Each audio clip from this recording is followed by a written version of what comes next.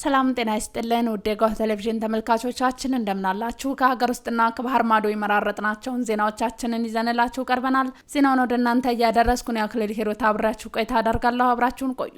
ቀዳሚ ወዳደረግነው ዜና ስናልፍ በመዲናዋ ለትንሳኤ በዓል የምርት አቅርቦት እጥረት እንዳይፈጠር በቅንጅት እየተሰራ ነው ተባለ። በትንሳኤ በዓል የምርት አቅርቦት እጥረት እንዳያጋጥም በቅንጅት እየተሰራ መሆኑን የአዲስ አበባ ከተማ ምክትል ከንቲባና የኢንዱስትሪ ልማት ቢሮ ኃላፊ አቶ ጃንጥራር አባይ ገልጸዋል። የአዲስ አበባ ከተማ የኑሮ ውድነትን ህገወጥነት መከላከል ግብረ ኃይል ለትንሳኤ በዓል ከምርት አቅርቦት ጋር ተያይዞ የተከናወኑ ስራዎችን ገምግመዋል።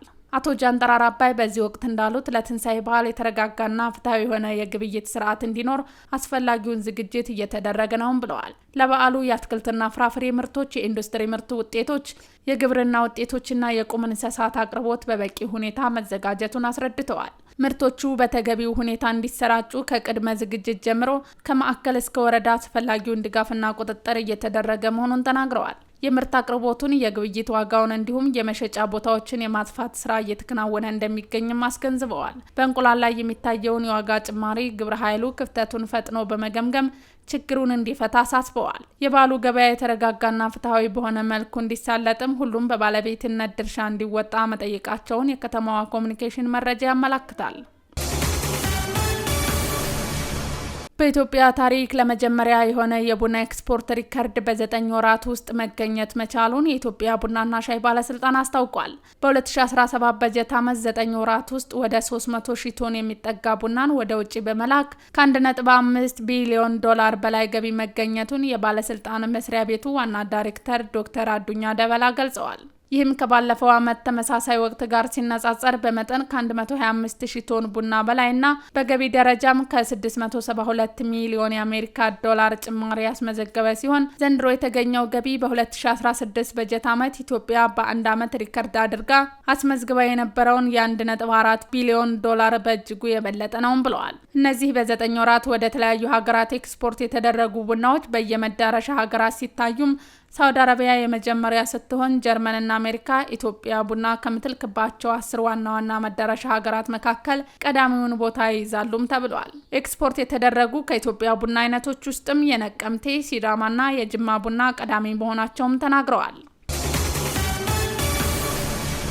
ለዝርዝር ወደ ያዝናቸው ዜናዎቻችን ስናልፍ ለትንሳኤ በዓል 6500 እንስሳት የእርድ አገልግሎት ለመስጠት ዝግጅት ማድረጉን የአዲስ አበባ ከተማ ቄራዎች ድርጅት አስታውቋል። ብሌን ተሾመ ዝርዝር አላት። ለትንሳኤ በዓል ለ6500 እንስሳት የእርድ አገልግሎት ለመስጠት ዝግጅት ማድረጉን የአዲስ አበባ ከተማ ቄራዎች ድርጅት አስታውቋል። የአዲስ አበባ ከተማ ቄራዎች ድርጅት የህዝብ ግንኙነት ኃላፊ አተልቲ ገብረ ሚካኤል እንደተናገሩት ለትንሳኤ በዓል 6500 ትልልቅ እንስሳት ይገባሉ ተብሎ ይጠበቃል ብለዋል። ድርጅቱ ንጽህናውና ደህንነቱ የተጠበቀ ስጋ ለማህበረሰቡ ለማድረስ ቅድመ ዝግጅት ስራ ተጠናቋልም ሲሉ ገልጸዋል። ድርጅቱ የበሬ የእርድ አገልግሎት 1470 ብር፣ በግና ፍየል 160 ይሰጣል ሲሉ ተናግረዋል። በቄራ ድርጅት የሚከናወነውን የእርድ አገልግሎት ፈጣንና ቀልጣፋ ለማድረግ ዘመናዊ ቴክኖሎጂ ጥቅም ላይ የመዋል ስራ ተሰርቷልም ብለዋል። ስጋውን በንጽህና የሚያጓጉዝ 40 ሺህ ተሽከርካሪዎች ተዘጋጅተዋል ሲሉ ተናግረዋል።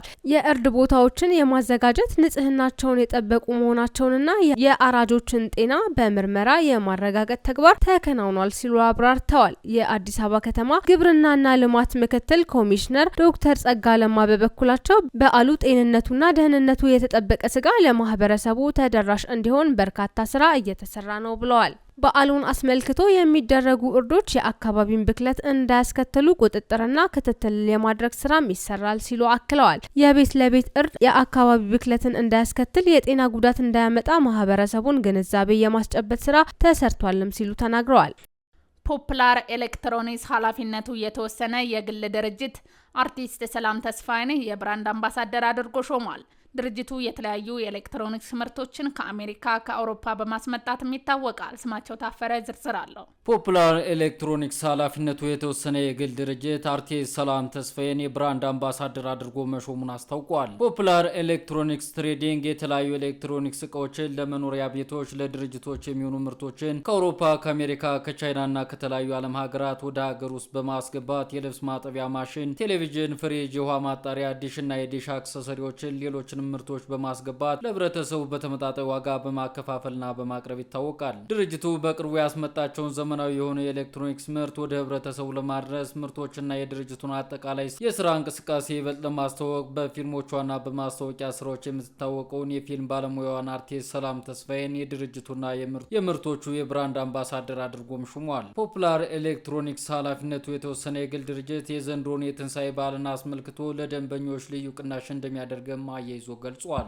የዲጂታል ትራፊክ ቅጣት አፈጻጸም ስርዓት ተግባራዊ ከተደረገ በአንድ ወር ውስጥ ከ2400 በላይ አሽከርካሪዎች መቀጣታቸውን የአዲስ አበባ ትራፊክ ማኔጅመንት ባለስልጣን አስታውቋል። ቁም ነገር ሽፈራው ዝርዝር አላት። የባለስልጣኑ ዳይሬክተር አቶ ከበበው ሚደቅሳ በሰጡት ማብራሪያ የትራፊክ ቅጣት አፈጻጸም ስርዓት ኋላ ቀርና ተቀጪው ለከፍተኛ ውጣ ወረድ ይዳረግ የነበረ መሆኑን አንስተው በቅርቡ ተግባራዊ የተደረገው የዲጂታል ትራፊክ ቅጣት አፈጻጸም ስርዓቱን ዘመናዊ በማድረግ እፎይታን የሰጠ መሆኑን ገልጸዋል። በተጨማሪም ሰሌዳን መፍታትና የአሽከርካሪ ብቃት ፍቃድ ማረጋገጫ መታወቂያ መውሰድ ሳያስፈልግ ቅጣቱንም ለመፈጸም የሚያስችል መሆኑን አስታውቀዋል። አገልግሎቱ ከወረቀት ንክኪ ነጻ ሲሆን ይህም ብልሹ አሰራርን ብሎም ባለስልጣኑ ለደረሰኝ ህትመት በአመት ይወጣ የነበረውን 17 ሚሊዮን ብር የሚያስቀር መሆኑን ገልጸዋል። ቅጣቱን በ10 ቀናት ውስጥ መፈጸም እንዳለበት በስልክ መልእክት በማሳወቅ ቅጣቱንም በሞባይል ባንኪንግ በሲኢቢ ብር ፕላስ በሲቢኢ ብር ቅርንጫፍ በአካል በመሄድ ወይም በቴሌብር መተግበሪያ መክፈል የሚቻል መሆኑን አስታውቋል። በዚህም የደንብ ጥሰት እንዲቀንስ፣ ሙስናን ለማስቀረት፣ የትራፊክ ፍሰቱን ለማሳለጥ ደንብ ተላላፊዎችን ፈጣንና ምቹ የትራፊክ ቅጣት አፈጻጸም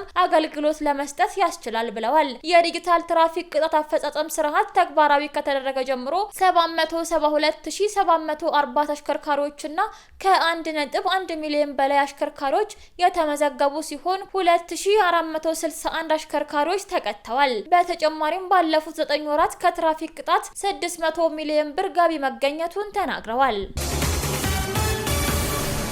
ከውጪ በጋዛ ከ70 በመቶ በላይ ትምህርት ቤቶች በእስራኤል ጥቃት ደርሶባቸዋል ሲል የተባበሩት መንግስታት ድርጅት ገለጸ። የተባበሩት መንግስታት ድርጅት እንዳለው በጋዛ የሚገኙ ከ70 በመቶ በላይ የሚሆኑ ትምህርት ቤቶች በቀጥታ በእስራኤል ጥቃት የደረሰባቸው መሆኑን ገልጿል። በጋዛ የሚገኙ 88 በመቶ የሚሆኑ ትምህርት ቤቶች እድሳትና ከፍተኛ ጥገና የሚያስፈልጋቸው ናቸው ሲል ድርጅቱ አስታውቋል። በተባበሩት መንግስታት የተሰሩ 162 ትምህርት ቤቶች እድሳት የሚያስፈልጋቸው መሆኑንም ገልጿል። ድርጅቱ የእስራኤል ጥቃት የጋዛ ልጆችን ያፈናቀለ፣ ያስጨነቀና የመማር መብታቸውን የነፈገ ነውም ብሏል። ውድ ተመልካቾቻችን ለዛሬ ያዘጋጀንላችሁ ዜናዎቻችን እነዚህን ይመስሉ ነበር። አብራችሁን ስለነበራችሁ ከልብ እናመሰግናለን። በያላችሁበት ሰላም